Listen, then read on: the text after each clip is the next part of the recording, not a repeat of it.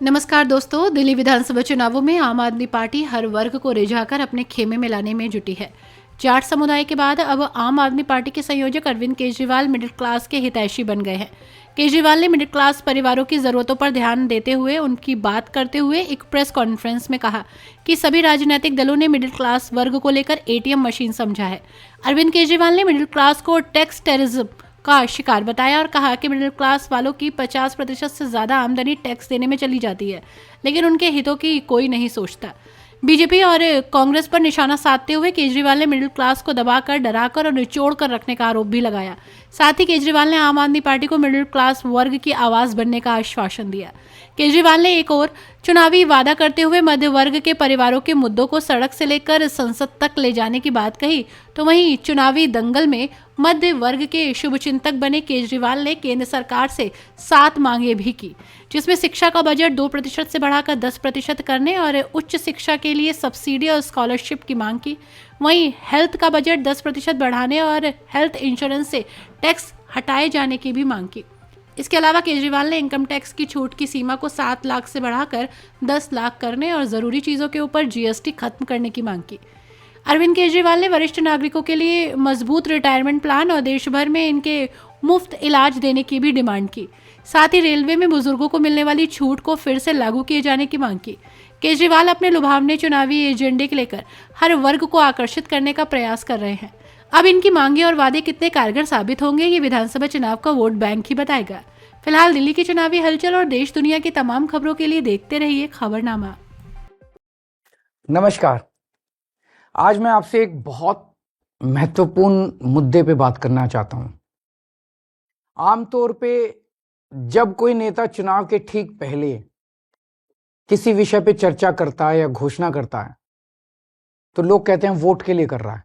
कई वादे किए जाते हैं धर्म के नाम पे, कई वादे किए जाते हैं जाति के नाम पे, कई वादे समाज के निचले तबके के लिए किए जाते हैं और कई वादे कुछ चंद उद्योगपतियों के लिए किए जाते हैं। ये ऐसा क्यों करते हैं? क्योंकि बाकी पार्टियों ने धर्म और जाति के नाम पे अपने वोट बैंक बना रखे हैं और बड़े बड़े उद्योगपतियों को खुश करना होता है क्योंकि उनसे चंदा लेना होता है।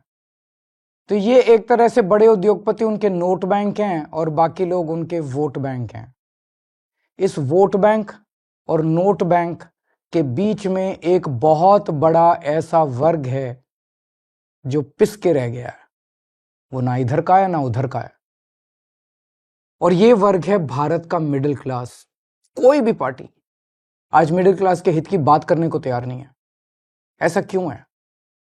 आजाद भारत के 75 वर्ष में एक के बाद दूसरी पार्टी आई, एक सरकार के बाद दूसरी सरकार आई और इन सब लोगों ने मिडिल क्लास को दबा के, डरा के, निचोड़ के रखा हुआ है। मिडिल क्लास और सरकार का एक बड़ा अजीब रिश्ता है। मिडिल क्लास के लिए ये लोग कुछ करते तो नहीं है, लेकिन जब जब सरकार को इनकी जरूरत पड़ती है तब तब मिडिल क्लास के ऊपर सरकार हथियार चला देती है, चाकू चला देती है और ये हथियार है टैक्स। लाखों करोड़ों की संख्या में मिडिल क्लास टैक्स भर भर के देता है देश चलाने के लिए, लेकिन बदले में मिडिल क्लास को क्या मिलता है? कुछ नहीं। भारत का मिडिल क्लास सरकार का सिर्फ और सिर्फ एक एटीएम बन के रह गया है। सच बात तो यह है, the Indian middle class is victim of tax terrorism. आखिर ये मिडिल क्लास कौन है? टीचर हैं, डॉक्टर हैं, आईटी प्रोफेशनल्स हैं, इंजीनियर्स हैं, अकाउंटेंट हैं, बैंकर हैं, दुकानदार हैं, लॉयर्स हैं। इन जैसे हजारों सामान्य लोग जो मिलके हमारा देश चलाते हैं, ये मिडिल क्लास है। और इन सब के मतलब मिडिल क्लास के क्या सपने होते हैं? उनके कोई बहुत बड़े सपने नहीं है। वो अपने लिए एक अच्छी नौकरी या बिजनेस चाहते हैं, एक अपना घर चाहते हैं, बच्चों के लिए अच्छी शिक्षा चाहते हैं। ये सब चाहते हैं कि उनका परिवार हमेशा स्वस्थ रहे, सुरक्षित रहे। इन सब को पूरा करने के लिए एक आम आदमी, एक मिडिल क्लास का आदमी अपनी पूरी जिंदगी दिन रात मेहनत करता है और बस यही उम्मीद करता है कि उसे सरकार से कुछ थोड़ी सी मदद मिल जाए। लेकिन सच क्या है? आज अधिकतर सरकारें ना उनके लिए अच्छे स्कूल बना रही हैं, ना उनके लिए अच्छे अस्पताल बना रही है, ना उनको रोजगार दे पा रही है और ना उन्हें सुरक्षा दे पा रही है, ना क्राइम को कंट्रोल कर पा रही है। सच्चाई है कि इस वर्ग को सबसे ज्यादा हमारे देश में परेशान किया जाता है और कोई देश नहीं है जहां मिडिल क्लास को इतना परेशान किया जाता हो।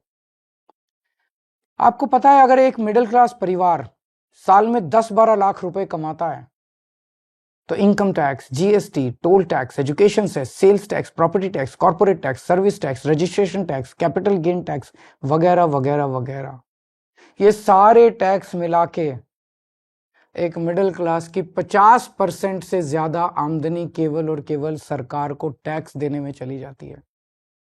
अब तो दूध पे भी टैक्स लगता है, दही पे भी टैक्स लगता है, पॉपकॉर्न पे भी टैक्स लगता है, यहां तक कि पूजा के सामान पे भी टैक्स भरना पड़ता है। घर लेना हो तो टैक्स, घर बेचना हो तो टैक्स, गाड़ी खरीदो तो टैक्स, गाड़ी बेचो तो टैक्स, बच्चों को अच्छी शिक्षा देनी हो तो पहले प्राइवेट स्कूल की महंगी फीस की मार और उसके ऊपर अच्छे कॉलेज भेजने के लिए एजुकेशन लोग और उसकी ईएमआई पे डबल मार। जीते जी टैक्स तो देना ही पड़ता है, लेकिन अब तो सरकार ने ऐसी हालत कर दी है कि मरने के बाद भी टैक्स देना पड़ता है। और इस टैक्स टेररिज्म के बीच मजाल की वो अपने सपने पूरे करने की कोशिश करे।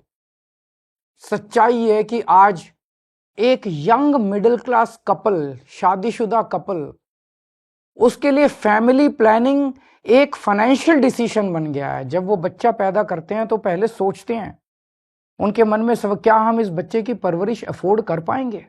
कहां पहुंच गया हमारा समाज। यही सब परेशानियों की वजह से बहुत से लोग देश छोड़ के जा रहे हैं।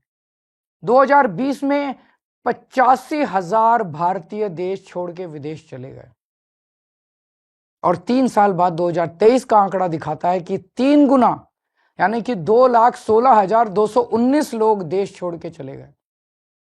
ये हमारे देश के लिए बहुत बड़ा नुकसान और दुख की बात है, क्योंकि ये युवा जो हमारे देश का भविष्य बन सकता था, आज किसी और देश का भविष्य बन रहा है। अब ये समस्या है, लेकिन इसका समाधान क्या है? सरकार के पास पैसा जनता से आता है। अब इस पैसे को खर्च करने के 2 ही तरीके हैं। या तो सरकार इस पैसे को जनता की भलाई पे खर्च करे, शिक्षा पे, स्वास्थ्य पे, ऐसी बेहद जरूरी बुनियादी सुविधाएं बेहतर करे, लोगों का जीवन बेहतर करे। और या फिर दूसरा तरीका है कि अपने उद्योगपति दोस्तों को कर्ज दे दे और थोड़े दिन में वो कर्ज माफ कर दे, जनता के पैसे डुबो दे। हमारी दिल्ली सरकार ने पहला तरीका चुना। हम जनता के पैसे जनता पे खर्च करते हैं। मेरा मानना है कि मिडिल क्लास सिर्फ शिक्षा से ही आगे बढ़ सकता है, इसलिए हमने सरकार बनते ही एजुकेशन का बजट 5,000 करोड़ से सीधा 10,000 करोड़ कर दिया और आज ये बजट 16,000 करोड़ पे पहुंच गया, हमारा दिल्ली का शिक्षा बजट।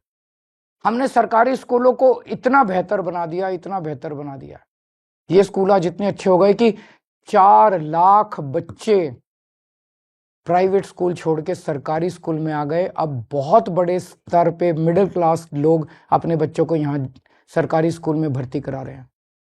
क्या पहले कभी आपने सुना था कि कोई बच्चा प्राइवेट स्कूल छोड़ के सरकारी स्कूल में जाता है? और इतना ही नहीं, हमने प्राइवेट स्कूलों को फीस बढ़ाने पे कैप लगा दी और हजारों बच्चों को उनकी सालों पुरानी फीस रिफंड करवाई है दिल्ली के अंदर।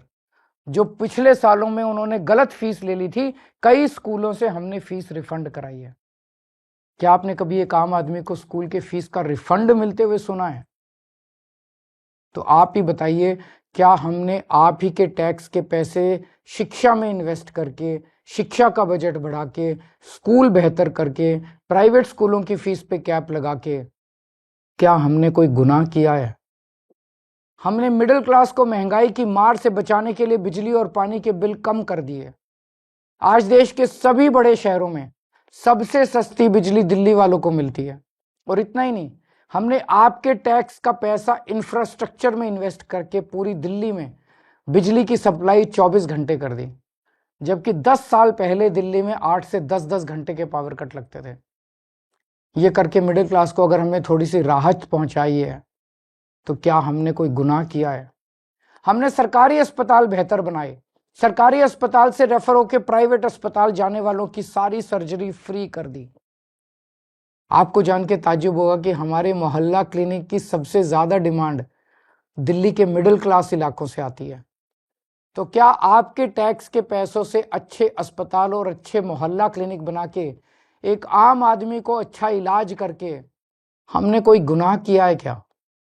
अब इस मिडिल क्लास के अंदर भी एक वर्ग है जिनके बारे में सरकार ने कभी नहीं सोचा, वो है हमारे सीनियर सिटीजन। सीनियर सिटीजन्स ने, हमारे बुजुर्गों ने पूरी जिंदगी ईमानदारी से टैक्स भरा। मोटे मोटे तौर पे देखें तो एक एवरेज मिडिल क्लास का आदमी रिटायर होते होते कम से कम अपनी पूरी जिंदगी में 1 से 1.5 करोड़ रुपए का टैक्स तो दे ही देता है। इसके बदले में उसको क्या मिलता है? भगवान ना करे उसको कोई बड़ी बीमारी हो जाए, ना उसको इंश्योरेंस कंपनी कुछ देती, ना सरकार उसका हाथ पकड़ती। इसलिए आने वाले चुनाव के बाद हम दिल्ली में संजीवनी योजना लागू कर रहे हैं। इस योजना के तहत 60 साल से ऊपर के सभी सीनियर सिटीजन्स को सरकारी और प्राइवेट अस्पताल में बिल्कुल फ्री इलाज मिलेगा। तो आप बताइए, अगर आपके टैक्स के पैसे से आपके घर के बुजुर्गों को ही नहीं, पूरी दिल्ली के हर बुजुर्ग को अच्छा इलाज मिल जाए, तो क्या हमने कोई गुनाह किया है क्या? कभी सोचा आपने? जब यही चीज दूसरे देशों की सरकारें करती है तो हम वाह वाह करते हैं, यूरोप, लंदन, पेरिस, वो लोग करते हैं तो हम वाह वाह करते हैं, लेकिन हमारे देश में हम सब इसके खिलाफ बोलते हैं। ऐसा क्यों होता है? इसका कारण है कि सरकार ने मिडिल क्लास को एक तरह से मानसिक गुलाम बना दिया है। जब आपका ही टैक्स में दिया हुआ पैसा आपके ऊपर खर्च होता है या समाज पे खर्च होता है, तो उसको फ्री की रेवड़ी कह के आपका अपमान किया जाता है। हाँ, ये बात तो सच है कि आपके पैसों से बहुत सारे गरीबों को भी बिजली पानी मुफ्त मिलती है, बस ट्रैवल मुफ्त मिलता है। आप सोचते होंगे मेरे पैसे से किसी और पे ये क्यों लगाया जा रहा है, लेकिन आज मैं आपसे कहना चाहता हूं, इसका जवाब मुझसे बेहतर आपके माता पिता देंगे। आज हमारे जो छोटे छोटे शहरों में मिडिल क्लास है ना, इनमें से 99% के माता पिता गरीब थे। उन्होंने अपने खून पसीने की कमाई से गरीबी से मिडिल क्लास तक पहुंचने का सफर तय किया है। उनसे पूछ के देखना, उनको सरकार अगर थोड़ी सी मदद दे देती, उनको सरकार से थोड़ी मदद मिल जाती, थोड़ी सहूलियत मिल जाती, तो उन बचाए हुए पैसों को जोड़ के वो क्या क्या कर सकते थे। मुझे यकीन है कि उनका जवाब ये होता कि वो पैसा वो अपने बच्चों के भविष्य के लिए संवारते, यानी आपकी जिंदगी बेहतर करने में लगाते आपके माता पिता। इसी तरह जब जनता का पैसा जनता पे खर्च होता है, तभी देश का निर्माण होता है। लेकिन ताज्जुब की बात यह है कि करोड़ों की तनख्वाह पाने वाले, लाखों की गाड़ियों में घूमने वाले, महंगे महंगे सूट पहनने वाले पत्रकार, एयर कंडीशन स्टूडियो में बैठ के मिडिल क्लास को मिलने वाली छोटी छोटी राहतों पे सवाल उठाते हैं। बड़े बड़े सरकारी कोठियों में रहने वाले नेताओं को आप ही के पैसों से फ्री बिजली मिलती है, आप ही के पैसे से फ्री पानी मिलता है, आप ही के पैसे से ऐशो आराम की सारी सुविधाएं मिलती है, तब उसे फ्री की रेवड़ी नहीं कहते। हमने दिल्ली में मिडिल क्लास को राहत देने की पूरी कोशिश की और आगे भी हम करते रहेंगे। मिडिल क्लास को ऊपर पहुंचाने में कोई कसर नहीं छोड़ेंगे, उनको राहत देने में कोई कसर नहीं छोड़ेंगे। और आज हम केंद्र सरकार से भी ये अपील करते हैं कि हमारे देश के असली सुपर पावर भारत के मिडिल क्लास को पहचाने। आज मैं ये ऐलान करता हूं कि मैं और आम आदमी पार्टी सड़क से लेके संसद तक मिडिल क्लास की आवाज बनेंगे, उनकी आवाज उठाएंगे, उनके मुद्दों को उठाएंगे। आज से 2 हफ्ते के बाद देश का अगला बजट आने वाला है। इस लोकसभा के सत्र में आम आदमी पार्टी के सांसद मिडिल क्लास के मुद्दे संसद में उठाएंगे। मिडिल क्लास की आवाज की गूंज अब संसद में सुनी जाएगी। हम ये मांग करते हैं कि देश का अगला बजट मिडिल क्लास को समर्पित हो। आज मैं केंद्र सरकार से 7 डिमांड कर रहा हूं, 7 पॉइंट डिमांड्स मिडिल क्लास की तरफ से। पहला, शिक्षा का बजट 2% से बढ़ा के 10% किया जाए, प्राइवेट स्कूलों की फीस पे लगाम लगाई जाए पूरे देश में। दूसरा, उच्च शिक्षा के लिए, हायर एजुकेशन के लिए सब्सिडी और स्कॉलरशिप्स दी जाएं। तीसरा, हेल्थ का बजट भी बढ़ा के 10% किया जाए और हेल्थ इंश्योरेंस से टैक्स हटाया जाए। चौथा, इनकम टैक्स की छूट की सीमा को 7 लाख से बढ़ा के कम 10 लाख किया जाए। पांचवा, एसेंशियल कमोडिटीज के ऊपर, आवश्यक वस्तुओं के ऊपर से जीएसटी खत्म किया जाए। छठा, सीनियर सिटीजन्स के लिए मजबूत रिटायरमेंट प्लान और पेंशन की योजनाएं बनाई जाएं और देश भर में सभी सरकारी और प्राइवेट अस्पतालों में सीनियर सिटीजन्स को मुफ्त और अच्छा इलाज दिया जाए। और सातवां, बुजुर्गों को पहले रेलवे में 50% कंसेशन मिलता था जो बंद कर दिया गया, उसे दोबारा चालू किया जाए। ये है हमारा मिडिल क्लास का मैनिफेस्टो। अगर आप हमारे मिडिल क्लास मैनिफेस्टो से सहमत हैं तो हमारी वेबसाइट middleclassmanifesto.com पर साइन करें और आप अपनी भी आवाज केंद्र सरकार तक पहुंचाएं। अगर देश का पूरा मिडिल क्लास एक साथ एकजुट होकर अपनी आवाज उठाएगा तो सरकार की हिम्मत नहीं है कि वो आपकी आवाज ना सुने। सरकार को आपकी आवाज सुननी पड़ेगी। नमस्कार, जय हिंद।